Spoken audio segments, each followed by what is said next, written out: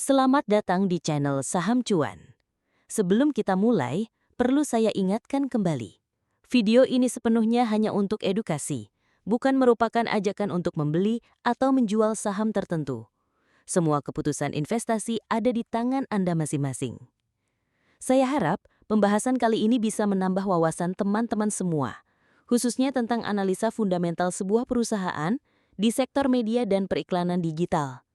Hari ini kita akan membahas satu perusahaan yang relatif masih baru di bursa, namun cukup menarik karena bergerak di industri periklanan modern, khususnya Digital Out of Home Advertising. Perusahaan ini adalah PT Era Media Sejahtera Tbk dengan kode saham DOOH. Jadi, yuk kita langsung mulai. Profil perusahaan. PT Era Media Sejahtera Tbk atau DOOH didirikan di Jakarta pada tahun 2021 berdasarkan Akta Nomor 37 Tahun 2022. Awalnya, perusahaan ini memulai langkahnya sebagai sebuah agency company di tahun 2021. Namun, hanya dalam waktu singkat, di tahun 2022, DOOH sudah berkembang menjadi media aggregator sekaligus media owner. Artinya, DOOH tidak hanya menjadi perantara antara pengiklan dan pemilik media, tetapi juga memiliki hak pengelolaan media itu sendiri. Saat ini, DOOH memiliki kerjasama pengelolaan aset media di berbagai lokasi, khususnya di Pulau Jawa. Jenis layanan yang ditawarkan juga cukup beragam, mulai dari media out of home, media digital out of home, transit media, digital advertising, metamedia, Key Opinion Leader atau KOL Marketing, First Party Insight, hingga Innovation Media. Yang menarik, DOOH juga berkolaborasi dengan berbagai pihak, baik pemilik media, agensi, maupun advertiser. Misalnya mereka punya kerjasama dengan PD Pasar Jaya dan Pusat Mode Tanah Abang untuk penempatan media iklan di area publik. Selain itu, DOOH juga masuk ke sektor transportasi publik, dengan mengelola media di KRL Komuter Line Jabodetabek, kereta api jarak jauh, hingga bis Damri. Untuk memperkuat lini teknologinya, DOOH menggandeng PT Digital Eksplorasi Indonesia untuk pengembangan aplikasi Ads Platform, serta PT Lini Imaji Kreasi Ekosistem untuk pengolahan data. Jadi, DOOH mencoba membangun ekosistem perikanan digital yang terintegrasi antara media fisik, digital, hingga platform berbasis data. Anak usaha atau subsidiary companies. Hingga Q2 2025, DOOH memiliki dua entitas anak usaha utama. Yang pertama adalah PT Media Sejahtera Selaras, bergerak di bidang aktivitas profesional, ilmiah, dan teknis. Berlokasi di Jakarta Selatan, berdiri sejak 2022, dengan total aset sekitar 10,29 miliar rupiah. DOOH memiliki kepemilikan sebesar 99%. Yang kedua adalah PT Era Maju Media, fokus di sektor periklanan. Berlokasi di Jakarta Selatan, berdiri sejak 2023 dengan aset sekitar 600 juta rupiah. Kepemilikan DOOH juga 99%. Anak usaha ini mendukung diversifikasi usaha DOOH sekaligus memperluas jaringan bisnis di sektor kreatif dan periklanan. Struktur pemegang saham. Mari kita lihat kepemilikan saham DOOH. PT Prambanan Investasi Sukses memegang sekitar 70,3% saham, masyarakat non-warkat sekitar 29,38%, dan Faisal Deni Rahman sekitar 0,31%. Artinya, kepemilikan publik atau free float cukup sehat, yaitu hampir 30%. Ini penting untuk likuiditas saham di bursa. Laporan keuangan, income statement. Sekarang, kita masuk ke laporan keuangan. Perusahaan membukukan revenue TTM sebesar 167 miliar rupiah. Gross profit 36 miliar, EBITDA 23 miliar, dan net income 3 miliar. Artinya, meskipun pendapatan sudah ratusan miliar, laba bersih perusahaan masih relatif kecil. Margines bersihnya hanya sekitar 11,9%. Namun, sebagai perusahaan baru, ini masih bisa dimaklumi, karena investasi awal biasanya tinggi. Balance sheet. Di sisi aset, DOOH memiliki total aset sekitar 307 miliar rupiah. Dari jumlah itu, liabilitasnya hanya 80 miliar, sedangkan ekuitas mencapai 225 miliar rupiah. DOOH juga memiliki kas sebesar 5 miliar rupiah, dengan working capital atau modal kerja mencapai 201 miliar rupiah. Menariknya, perusahaan ini tidak memiliki hutang jangka panjang maupun jangka pendek. Jadi, posisi neraca DOOH sangat sehat. Bahkan, net debt mereka negatif 5 miliar rupiah. Artinya kas lebih besar daripada hutang. Cash flow statement. Tapi kalau kita lihat cash flow justru terlihat tantangan. Cash flow dari operasi atau CFO negatif 28 miliar.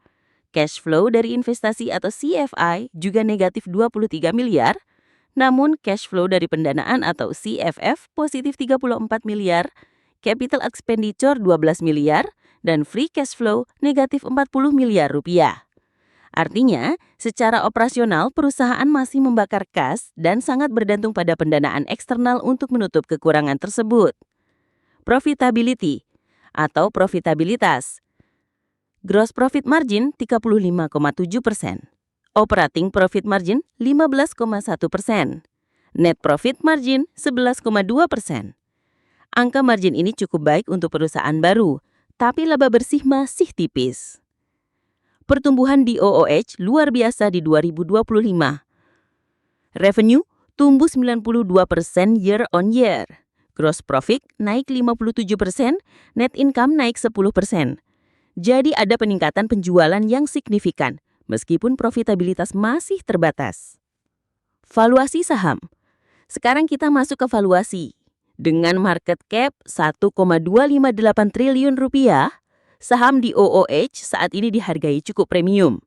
PE ratio TTM 471 kali, PE annualized 100 kali, PBV 5,59 kali, PS ratio 7,53 kali. Bandingan dengan IHSG median PE yang hanya 8,58 kali, jelas valuasi DOOH sangat mahal. Earning yield hanya 0,21%. Dari sisi EV/EBITDA, DOOH diperdagangkan di 54 kali. Padahal biasanya investor menganggap EV/EBITDA wajar, di kisaran 8 hingga 12 kali. Jadi DOOH terbilang overvalued. Solvabilitas. Current ratio 7,25, meriang sangat tinggi. Debt to equity ratio 0, berarti tanpa hutang. Altman Z-score 7,43, jauh dari potensi bangkrut. Secara finansial, DOOH sangat aman dari sisi hutang. Efisiensi dan return. ROA 0,87%, ROE 1,18%, ROIC 1,11%. Angka ini menunjukkan return yang sangat rendah. Dengan kata lain, aset besar belum memberikan laba yang signifikan. Selain itu, aset turnover 0,57 kali. Artinya, setiap satu aset hanya menghasilkan 0,57 penjualan. Dividen. Untuk saat ini, DOOH belum membagikan dividen. Seluruh keuntungan kemungkinan besar akan diputar kembali untuk ekspansi usaha. Market rank dan sentimen pasar. DOOH punya Piotrowski F-score 5, sedang. Relative strength rating 90%, saham ini cukup kuat secara teknikal. Namun, ranking PE ratio sangat rendah karena valuasinya kelewat mahal. Posisi harga saat ini juga masih relatif dekat dengan 52 minggu tertinggi, menandakan ada minat investor meski valuasi kurang menarik bagi value investor. Kesimpulan dan analisa. Jadi bagaimana kita melihat DOOH secara keseluruhan?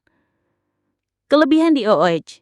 Bisnis modern, berbasis media digital dan OOH. Pertumbuhan revenue sangat tinggi, hampir 100% year on year.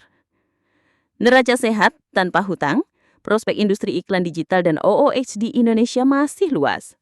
Kekurangan DOOH, valuasi saham sangat mahal, PE 471 kali. Cash flow negatif besar, free cash flow negatif 40 miliar rupiah. Profitabilitas masih rendah, ROE hanya 1,18%.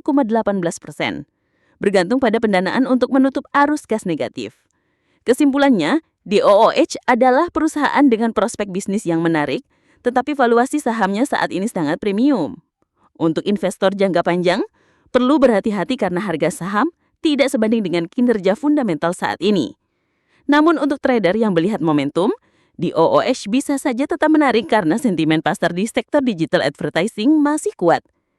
Itulah pembahasan kita tentang PT Era Media Sejahtera Tbk atau DOH.